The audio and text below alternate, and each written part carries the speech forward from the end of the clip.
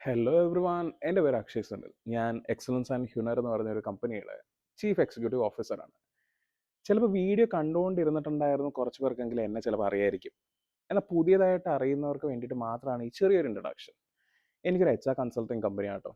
ഈ H R consulting company എന്നൊക്കെ പറയുമ്പോഴത്തേക്കും എല്ലാവരുടെയും മേജർ സംശയം, ഓക്കെ ഇവരൊരു റിക്രൂട്ട്മെൻറ്റ് ഏജൻസി ആണല്ലേ, ഇവരൊരു മാൻ പവർ ഏജൻസി ആണല്ലേ.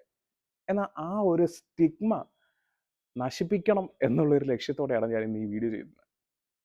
ഞാൻ ഈ ഒരു ഇൻട്രൊഡക്ഷൻ കൊടുക്കുമ്പോൾ ഉണ്ടല്ലോ എല്ലാവരും പറയുന്നതാണ്, ഓ നിങ്ങളപ്പോൾ ഏതൊക്കെ പൊസിഷന് ഹയർ ചെയ്യാറുണ്ട്, അല്ലെങ്കിൽ നിങ്ങൾ എന്തൊക്കെ ഹയർ ചെയ്യാറുണ്ടെന്നൊക്കെ.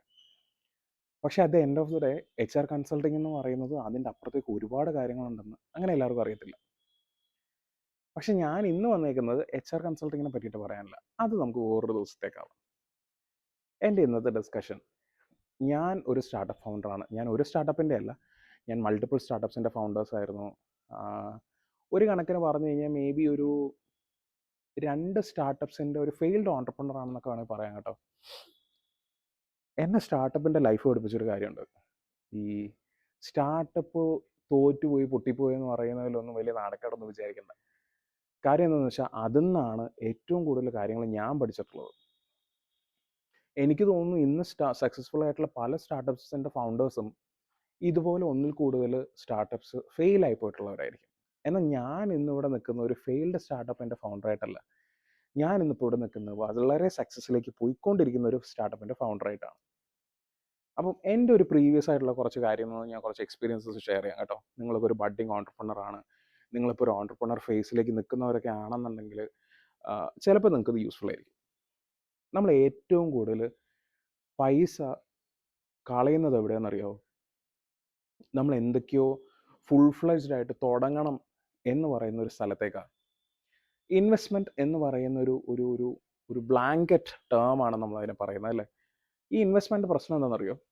നമ്മൾ എന്തിൽ ഇൻവെസ്റ്റ് ചെയ്യണം, എവിടെ ഇൻവെസ്റ്റ് ചെയ്യണം എന്നൊരു പ്ലാൻ നമുക്ക് ശരിക്കും ഉണ്ടാകത്തില്ല.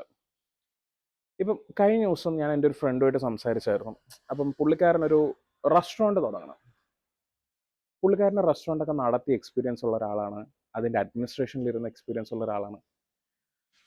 അങ്ങനെ അതൊക്കെ പറഞ്ഞു വരുമ്പോഴത്തേക്കാണ് ഞാൻ ഇത് പറഞ്ഞത്, എടാ റെസ്റ്റോറൻറ്റിലേക്ക് പോകുന്നതിന് മുന്നേ why don't you start as A cloud kitchen, ഒരു ക്ലൗഡ് കിച്ചൺ മോഡൽ ട്രൈ ചെയ്തൂടെ. അപ്പോൾ അവൻ പറഞ്ഞു, എടാ എനിക്കൊരു ഫൈൻ ഡൈനിങ്. ഞാൻ പറഞ്ഞൊക്കെ ശരി തന്നെയാണ്, പക്ഷേ നമ്മളൊരു ക്ലൗഡ് കിച്ചണിൽ കൂടെ പോകുമ്പോഴത്തേക്ക് നമുക്ക് നല്ലൊരു എക്സ്പീരിയൻസ് കിട്ടും. നമ്മൾക്ക് എവിടെയൊക്കെ ഇമ്പ്രൂവ് ചെയ്യണം, നമ്മുടെ മെന്യൂസിൽ എന്തൊക്കെ ഇമ്പ്രൂവ്മെൻറ്റ് വരുത്തണം, നമ്മുടെ പാക്കേജിങ്ങിൽ എന്തൊക്കെ ഇമ്പ്രൂവ്മെൻറ്റ്സ് വരുത്തണം, ഇതൊക്കെ നമ്മൾ പഠിക്കും. അപ്പം അവൻ എൻ്റെ അടുത്ത് പറഞ്ഞു, ക്ലൗഡ് കിച്ചണോ? ഞാൻ പറഞ്ഞു ട്രൈ ചെയ്ത് നോക്ക്, ശരിയായാലോ. ആ ക്ലൗഡ് കിച്ചൺ നിന്നെ ഒരുപാട് കാര്യങ്ങൾ പഠിപ്പിക്കും. അങ്ങനെ വന്നപ്പോഴത്തേക്കാണ് അവനെ റിയലൈസ് ചെയ്ത്, ശരിയാണല്ലോ ഞാൻ എന്തിന് ഇത്ര ഇൻവെസ്റ്റ്മെൻറ്റ് കൊണ്ട് ഇവിടെ ഇടുന്നത്. യെസ്, നമ്മുടെ ഡ്രീം അത്രയും വലുതായിരിക്കും, പക്ഷേ എന്താ പറയുന്നത്, നമുക്കൊരു റൂം ഫോർ എറർ എന്ന് പറയുന്ന ഒരു സംഭവമില്ലേ. നമുക്ക് തെറ്റുകൾ പറ്റാം, പക്ഷേ വലിയ വലിയ ഇൻവെസ്റ്റ്മെൻറ്റ്സിൽ പറ്റുന്ന തെറ്റുകളുടെ കോസ്റ്റും വലുതായിരിക്കും. അപ്പം സ്റ്റാർട്ട് സ്മോൾ, ചെറിയ കാര്യങ്ങളിൽ നിന്ന് ചെയ്യുക. അപ്പം ഇതിനെയാണ് നമ്മൾ MVP എന്ന് പറയുന്നത് കേട്ടോ. ഒരു മിനിമം വയബിൾ പ്രോഡക്റ്റ് അല്ലെങ്കിൽ മിനിമം വയബിൾ കോൺസെപ്റ്റ് എന്നൊക്കെ പറയും, മിനിമം വയബിൾ സർവീസ്. കമ്പനികൾ എല്ലാ കാലത്തും 2 ടൈപ്പ് കമ്പനികളാണ് മേജർലി വരുന്നത്. ഒരു പ്രൊഡക്റ്റ് കമ്പനി അല്ലെങ്കിൽ സർവീസ് കമ്പനി. ഞാൻ അങ്ങനത്തെ 2 ബ്ലാക്കിൽ നിർത്തുക കേട്ടോ. ഒരുപാട് കാറ്റഗറീസ് ഉണ്ട്, പക്ഷേ എന്നാലും ഞാൻ 2 കാറ്റഗറിയിൽ നിർത്തുക. ഇനി കുറച്ചും കൂടെ ക്ലിയർ ആയിട്ട് പറഞ്ഞു കഴിഞ്ഞാൽ, if you are planning to build a bike first, bike build ചെയ്യാനാണ് പോകുന്നതെങ്കിൽ try with cycle. If you are planning to build a cycle first, try with a tyre. First thing is start small. ചെറുതായിട്ട് തുടങ്ങുന്നതുകൊണ്ട് പ്രശ്നമൊന്നുമില്ല, ഏറ്റവും നല്ലത് ചെറുതായിട്ട് തുടങ്ങുന്നതാണ്. അപ്പോൾ നമ്മുടെ കോസ്റ്റും നമുക്ക് ആ കിട്ടുന്ന ഫെയിലിയറിൻ്റെ വേദനയൊക്കെ ചെറുതായിരിക്കും. Next thing is funding. ഞാനിത് എങ്ങനെ ഫണ്ട് ചെയ്യും? ലോൺ കൊണ്ട് തുടങ്ങാതിരിക്കുക, അതാണ് എനിക്ക് എല്ലാവരും പറയാനുള്ള request. If you are getting something like മുദ്ര പോലത്തെ ഒരു ഗവൺമെൻറ് സ്കീം വഴി അങ്ങനെ എന്തെങ്കിലുമൊക്കെ കിട്ടുന്നതാണെങ്കിൽ ഓക്കെ കേട്ടോ. അല്ലാണ്ട് ഈ കൊമേഴ്ഷ്യൽ ബാങ്ക്സ് എന്നൊക്കെ ലോൺ എടുത്തിട്ടാണ് നിങ്ങൾ സ്റ്റാർട്ടപ്പ് തുടങ്ങുന്നത്, I would say don't do it. കാരണം നിങ്ങൾ സ്റ്റാർട്ടപ്പിലേക്ക് എൻ്റർ ചെയ്യുമ്പോൾ തന്നെ നിങ്ങൾ ഒരുപാട് കടത്തിലോട്ട് പോകും. കടത്തിലോട്ട് പോകുന്ന ഇൻ ദ സെൻസ് അതിൻ്റെ ജേർണി അങ്ങനെയാണ്. എന്താ പറയുക, നമ്മൾ കുറേ ഇൻവെസ്റ്റ് ചെയ്യും, അല്ലെങ്കിൽ ആവശ്യത്തിനുള്ള നമ്മൾ ഇൻവെസ്റ്റ് ചെയ്ത് കഴിയുമ്പോഴത്തേക്ക് അത് നമുക്ക് റിക്കവർ ചെയ്യാനായിട്ട് ടൈം എടുക്കും. നിങ്ങളുടെ സ്റ്റാർട്ടപ്പിൻ്റെ ഒരു 1 ഇയർ നമ്മൾ ചെറുതും വലുതായിട്ടുള്ള ഒരുപാട് കടങ്ങൾ മേടിക്കുകയും കൊടുക്കുകയൊക്കെ ചെയ്യും. ഇറ്റ്സ് ഓൾ അബൌട്ട് റോളിങ് കേട്ടോ. അതിൻ്റെ അകത്ത് ഒരു തെറ്റും വിചാരിക്കേണ്ട. പൈസ മേടിക്കുക, കൊടുക്കുക, അങ്ങനത്തെ റോളിംഗ് ബേസിസിലാണ് കാര്യങ്ങൾ പോകുന്നത്. പക്ഷേ അങ്ങനെയൊക്കെ പോയാൽ പോലും ലോണിലേക്ക് പോകുമ്പോഴത്തേക്കുള്ള പ്രശ്നം എന്ന് പറഞ്ഞാൽ, ലോൺ എന്ന് പറയുന്ന ഒരു വലിയൊരു ഒരു കമ്മിറ്റ്മെൻ്റ് ആണ് ഇത്ര നാളത്തേക്ക്. ആ ലോണിലൊക്കെ കൂടെ പോയി കഴിയുമ്പോഴത്തേക്ക് it will be very difficult. Rather than that investment മേടിക്കാൻ പറ്റുന്നുണ്ട്, ഇൻവെസ്റ്ററിനെ മീറ്റ് ചെയ്ത് നിങ്ങൾക്ക് ഒരു ഇൻവെസ്റ്റ്മെൻ്റ് ആയിട്ട് എടുക്കാൻ പറ്റുന്നുണ്ടെങ്കിൽ ഗോ ഫോർ ഇറ്റ്. കാരണം നമ്മൾ അവിടെ അയാൾക്ക് ഷെയർ കൊടുക്കുന്നുണ്ട്, ഷെയർ കൊടുത്തിട്ടാണ് നമ്മൾ ഇൻവെസ്റ്റ്മെൻറ്റ് എടുക്കുന്നത്. ആ ഇൻവെസ്റ്റ്മെൻറ്റ് എന്ന് പറയുന്നത് നമ്മളൊരു അവിടെ ഒരു വാല്യുവേഷൻ ഉണ്ട് അല്ലേ? കാരണം അത് ആ ഇൻവെസ്റ്ററും കൂടെ എടുക്കുന്ന റെസ്പോൺസിബിലിറ്റിയാണ്. Next thing is get the right founders on team. Very important. എന്താ പറയുന്നത്, ഞാൻ ഇഷ്ടംപോലെ ആൾക്കാരെ കണ്ടിട്ടുണ്ട് ഫ്രണ്ട്സുമായിട്ട് ബിസിനസ് സ്റ്റാർട്ട് ചെയ്തവർ. And trust me, it's not a good ending most of the times. ആ സ്റ്റാർട്ടപ്പ് ഫൗണ്ടറുമായിട്ട് അല്ലെങ്കിൽ നിങ്ങൾ ഈ പറയുന്ന സുഹൃത്തുമായിട്ട് നിങ്ങൾക്ക് വളരെ സ്ട്രോങ് ആയിട്ടുള്ള ഒരു പ്രൊഫഷണൽ റിലേഷൻഷിപ്പ് എസ്റ്റാബ്ലിഷ് ചെയ്യാൻ പറ്റുമെങ്കിൽ മാത്രം ഈ പറയുന്ന സുഹൃത്തിനെ കൊണ്ടുവരിക. കാര്യം എന്താണെന്ന് വെച്ചാൽ, ഈ പൈസയുടെ ഇൻവോൾവ്മെൻറ്റ് വരുമ്പോഴത്തേക്കും ബന്ധങ്ങളിലൊക്കെ ഒരുപാട് പ്രശ്നങ്ങൾ സംഭവിക്കും. അതിപ്പോൾ ഈവൻ നമ്മുടെ ഫാമിലി മെമ്പേഴ്സായിട്ടാണെങ്കിൽ പോലും അത് സംഭവിക്കാം. നമ്മുടെ അച്ഛനും അമ്മയായിട്ടാണെങ്കിൽ പോലും ചിലപ്പോൾ സംഭവിച്ചെന്ന് വരും. അച്ഛനും അമ്മയായിട്ട് വരെ സംഭവിക്കുന്നുണ്ടെങ്കിൽ പിന്നെ നമ്മൾ എന്തിനാണ് നമ്മുടെ ഒരു ഫ്രണ്ടിനെ കൊണ്ടുവന്ന് ആ റിലേഷൻഷിപ്പ് മേ ബി സ്പോയിൽ ആകാൻ സാധ്യത ഉണ്ടെന്ന് വിചാരിച്ചിട്ട് നമ്മൾ അതിലേക്ക് എൻ്റർ ചെയ്യുന്നത്. അതുകൊണ്ട് bringing your friend into the founding team is okay, unless അയാൾ വളരെ പ്രൊഫഷണൽ ആയിട്ടാണ് അതിനെ കാണുള്ളൂ എങ്കിൽ. ചിലപ്പോൾ പൈസകളുടെ എന്താ പറയുന്നത് എക്സ്ചേഞ്ചസ് വരാറുണ്ട്. ചിലപ്പോൾ കോ ഫൗണ്ടർ കൂടുതലെടുക്കും, നമ്മൾ കുറച്ച് എടുക്കുന്നുണ്ടാവുള്ളൂ. ഇങ്ങനത്തെ പല മിക്സ് ആൻഡ് മാച്ചസ് വരും കേട്ടോ. അപ്പോഴൊന്നും ഡിസപ്പോയിൻറ്റഡ് ആവാതെ വളരെ പ്രൊഫഷണലായിട്ട് നിങ്ങൾക്കും അയാൾക്ക് ഹാൻഡിൽ ചെയ്യാൻ പറ്റുന്നുണ്ടെങ്കിൽ ഗെറ്റ് ഇൻ ദ ടീം. പിന്നെ ആൻഡ് ഓൾസോ നിങ്ങളുടെ ഫൗണ്ടിങ് ടീം ഞാൻ നേരത്തെ പറഞ്ഞത് വളരെ ഇമ്പോർട്ടൻ്റ് ആണ്. Get experts into the panel. നമുക്കൊരു 100% ഷെയർ ഉണ്ട്, എനിക്ക് തന്നെ നടത്തണം, എനിക്ക് തന്നെ ഇതിൻ്റെയൊക്കെ ഷെയർ വേണം എന്ന് പറയുന്നൊരു പിടിവാശി സ്റ്റാർട്ടപ്സിൻ്റെ അകത്ത് കൊണ്ടുവരാതിരിക്കുന്നതാണ് ഏറ്റവും നല്ലത്. Bring experts into this. ഒരു പെർട്ടിക്കുലർ ജോലി ഏറ്റവും നന്നായിട്ട് ചെയ്യുന്ന ആൾക്കാരെ കോ ഫൗണ്ടറായിട്ട് കൊണ്ടുവരിക. ഈ സംസാരിക്കുന്ന കോ ഫൗണ്ടറും ഒരേ വിഷനാണെന്ന് നമ്മൾ ഉറപ്പുവരുത്തുക. കാരണം ഞാനൊരു വിഷനും അപ്പുറത്ത് നിൽക്കുന്ന ആൾ വേറൊരു വിഷനും ആണെന്നുണ്ടെങ്കിൽ വലിയ പ്രശ്നമാവും. ഈ പൈസ മാത്രം കണ്ടുകൊണ്ട് ഒരാളെ ഫൗണ്ടിങ് ടീമിലേക്ക് കൊണ്ടുവരാതെ ഇരിക്കുക.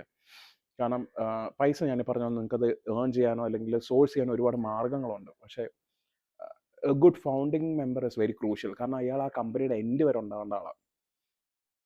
സോ നല്ലൊരു ഫൗണ്ടറിനെ കണ്ടുപിടിക്കുക.